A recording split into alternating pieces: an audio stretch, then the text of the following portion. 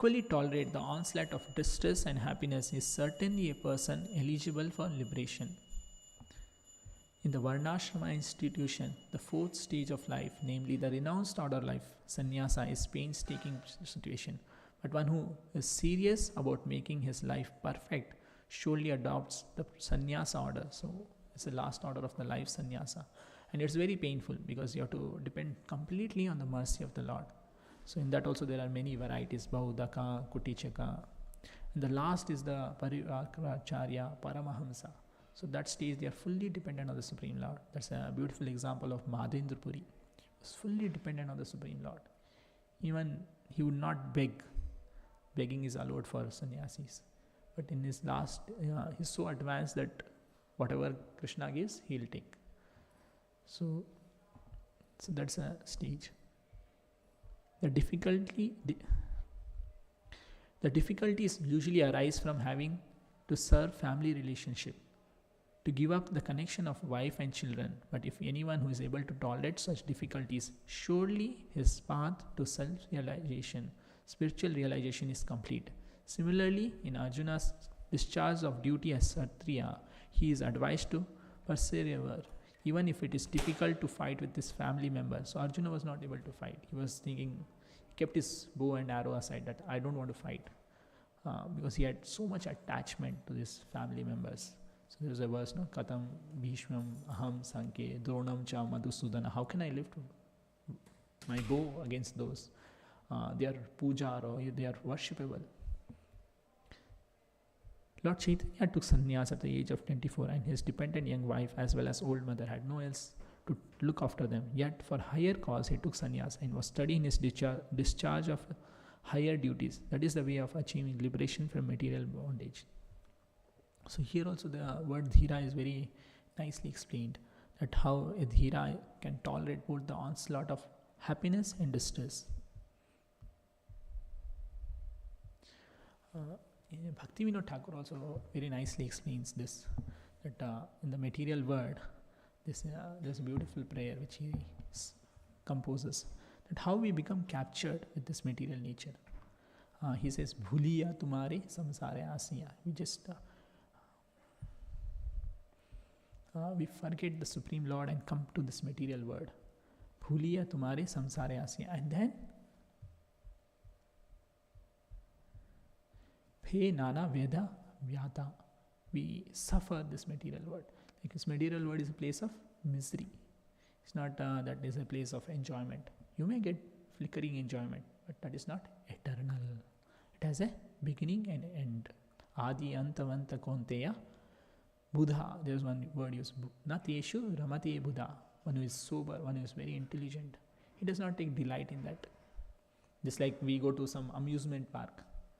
We think, oh, we'll enjoy there. We go to ride all those roller coaster and all. After that night, all our body pain starts. We have that experience, right? All our legs start paining, hands start paining. We cannot go to office. With somehow we drag and push, and somehow we go. But we cannot efficiently work because we are fully exhausted. The same way, in the material world also, we may get some flickering happiness, but that's not eternal. That has every action has a reaction. Shastra says that there is a bondage. Whatever we do, there is a reaction always waiting. But if we do activity for the pleasure of the Supreme Lord, that does not have bondage. In fact, that frees us, that releases us. So this material world is like that, where whatever we do, there's always a bandhana. Any desire we have, immediately knot. And to cut that knot is not so easy. It requires a strong weapon of detachment. And that comes from the mercy of pure devotee, by the mercy of Prabhupada.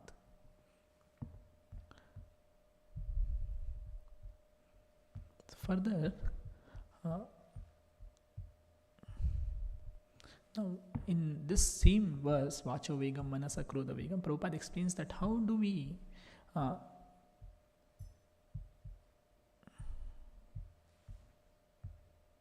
come to that stage?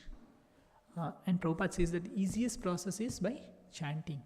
Hare Krishna, Krishna Krishna, Hare Hare, Hare Rama, Rama Rama, Hare Hare.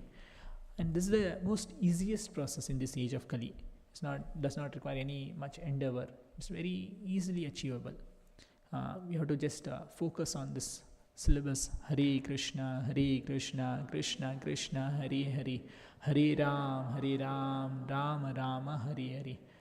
In fact, Prabhupada had so much strong faith in this holy name.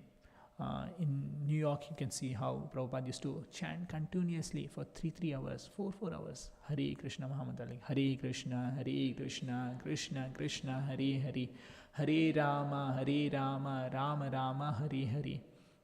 And that's the way initial days Prabhupada had just limited devotees. In fact, for more than 6 or 7 months, there are not even one devotee.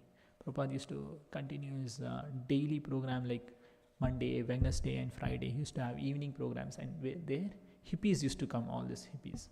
And Prabhupada, they are not so easy to understand Prabhupada's accent. Prabhupada's accent is Bengali.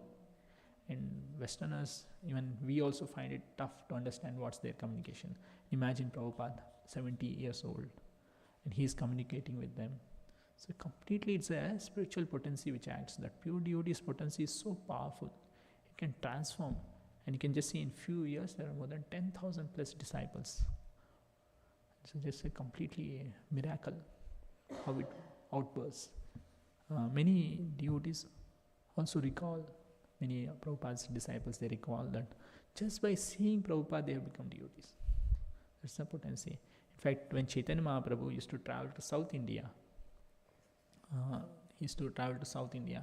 just by seeing him, all the devotees, they used to take up to this process of chanting Hare Krishna, Krishna Krishna, Hare Hare, Hare Ram, Ram Ram, Hare. Not just they take up, they spread also. They spread in their old town, everywhere. I'll just end with one important, beautiful story from the pastimes of Madhvacharya. How this important of sober and hearing is so important. Madhvacharya used to preach every village and town, and Madhvacharya had a big bulk of books, lots of books, and there was a bull, and means bullock cart. Those days the means of transportation was bullock cart. So this bull used to carry all that loads of books, and wherever Madhvacharya used to travel, this bull used to accompany. That books used to come, and there are lots of disciples also used to accompany. And when Madhvacharya, when he is about to speak, this bull, ear is to stand. He should be very attentive in hearing. He should be very focused, and that way, that bull got the mercy of Madhvacharya, and he was able to. In fact, he is a bull, but he was able to understand. And Madhvacharya had many disciples, and they used to question, "Oh Madhvacharya, who will succeed you? Who will be next?" They wanted to ask. And Madhvacharya used to say, "This bull will be the next. He will succeed." And they will become very envious. Hey, how is this? And in fact, they poisoned that bull by snake. But Madhvacharya protected. So that is the nature of this material world. We become envious of someone's, even animals also we become envious if they succeed. So this bull went on, and one fine day, life had expired and it had died. So next life, he gets a body of a Kshatriya. He was born in a Brahmana family, a rich Brahmana family. Brahmana or Kshatriya, so he was traveling in a horse, and he went to some place, that Brahmana or that person, and he was drinking in a style of like a bull, how it drinks water. So that devotee, great devotee, he was drinking water in that fashion. Immediately a saint was there in that location. He said, "Why are you drinking in a form like a pashu?" So then he revives his all consciousness. So he gets that all revival of what he has heard from Madhvacharya. So he gets revival of those information, and he leaves that, means he leaves his household life and takes the shelter of that great saint who was a disciple of Madhvacharya. In fact, his name was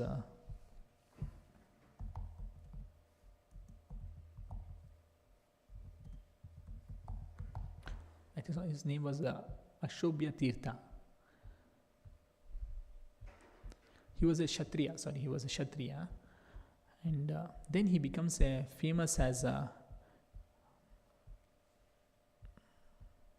his name was Raghunatha, and he becomes a famous Acharya, Jayatirtha. His name is Jayatirtha. Like our parampara is called Brahma Madhva Gaudiya Sampradaya. Our sampradaya is called Brahma Madhva Gaudiya Sampradaya. Krishna gave that information to Brahma to Narada, and then that way it comes from to this parampara Jayatirtha, and then it comes to Madhavendra Puri, and then to Chaitanya Mahaprabhu. In that way our parampara continues. So this Jayatirtha became the prominent Acharya. So you can just see how just this bull giving oral reception to the words of great Acharya, Madhvacharya, he achieved that such a elevated position, not that ordinary position. He became Acharya, and he's preaching the message of the Madhva's principle. So this we have to give more focus on hearing Srimad Bhagavatam with sober intelligence. And here we have heard that like how Labdva Sudurlabha, this human form of life is very rare, that it should be very strongly imbibed in our life. You should not think, oh, this is not all in all. It will have a beginning and an end, but we have to be very serious. Somehow or other we have to take this process of chanting Hare Krishna, Krishna Krishna, Hare Hare, Hare Rama, Rama Rama, Hare Hare. That can lead us to ultimate benefit. We can utilize this human form of life. Just like if you have a good smartphone, latest smartphone, and you give that smartphone to some tribal people or some forest people, what they will do? They will just throw on some animals, because they don't know the value of it. They don't know that utility of that. But same phone, if some intelligent person uses, a sober person uses, he can utilize its maximum benefit. The same way, this human form of life, you have to first of all understand what is it meant for. Is that just live life like that only, or there is a higher purpose in that? So that is most important. So it is like a boat. It is a main boat which can cross this cycle of birth, death, old age and disease. We can come out of this 84 lakh species of life. We can go back home, back to Godhead. And that is the ultimate goal we can achieve with this human form of life. With that I'll stop. Then next program we'll have Damodar Ashtaka. Srila Prabhupada ki Jai.